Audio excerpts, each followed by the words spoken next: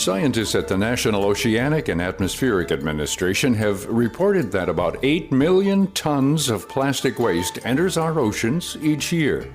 Imagine every month, 2 Empire State Buildings packed with plastic being dropped into the sea. And this isn't a new phenomenon.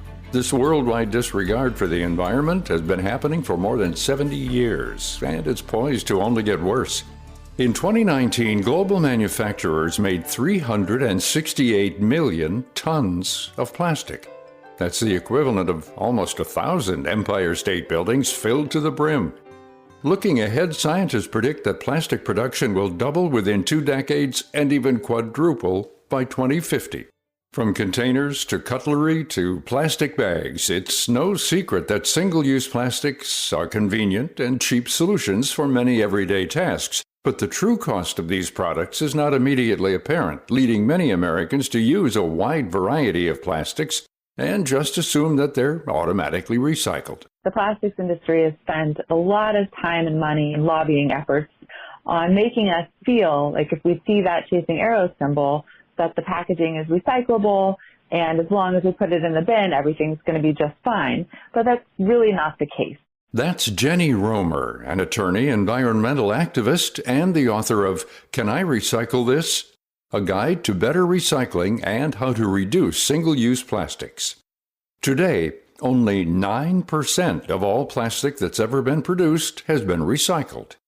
This is because much of the resin material is so low grade that it's not profitable for local municipalities to break it down and sell it on the commodities market. Right now, manufacturers are not financially responsible for recycling, the cost of recycling and disposal and cleanup of their products. That's something that I've been working on. I'm an attorney at the Surfrider Foundation. We work on plastic reduction and recycling policies.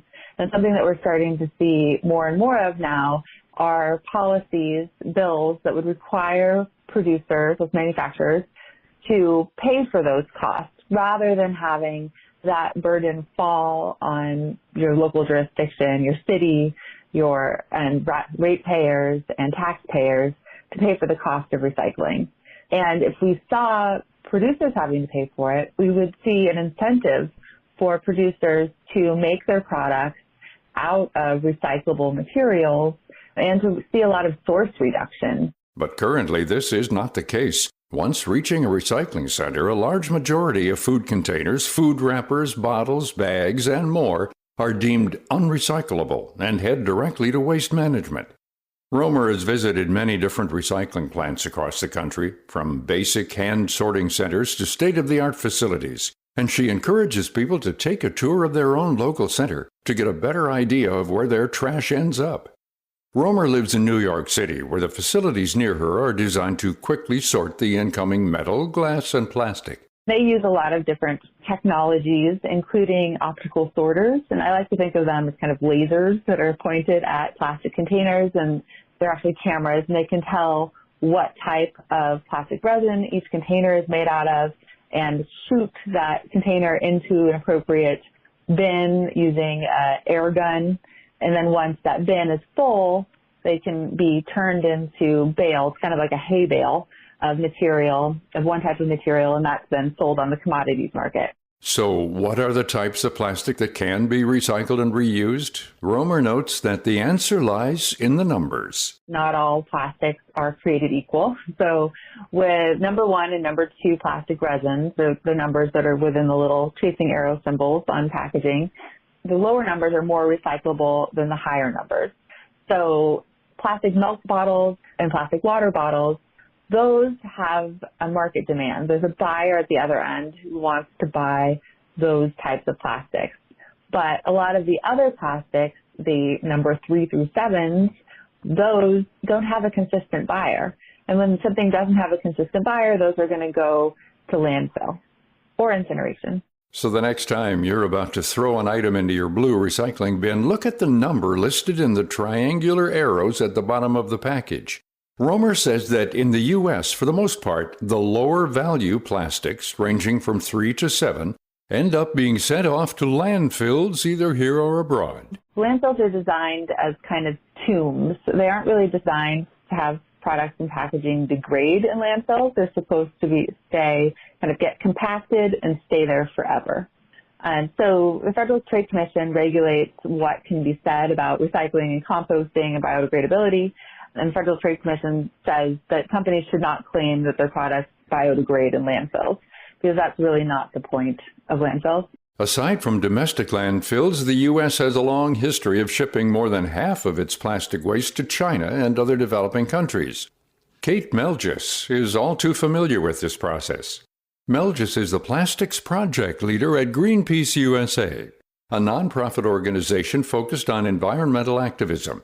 She says that the majority of these nations are ill-equipped to properly hold the waste, and much of it ends up littered throughout beaches, coastlines, and in rivers. From there, it eventually drains into our oceans. One example is the Great Pacific Garbage Patch, a floating island of litter located in the Central Pacific Ocean that's roughly twice the size of Texas.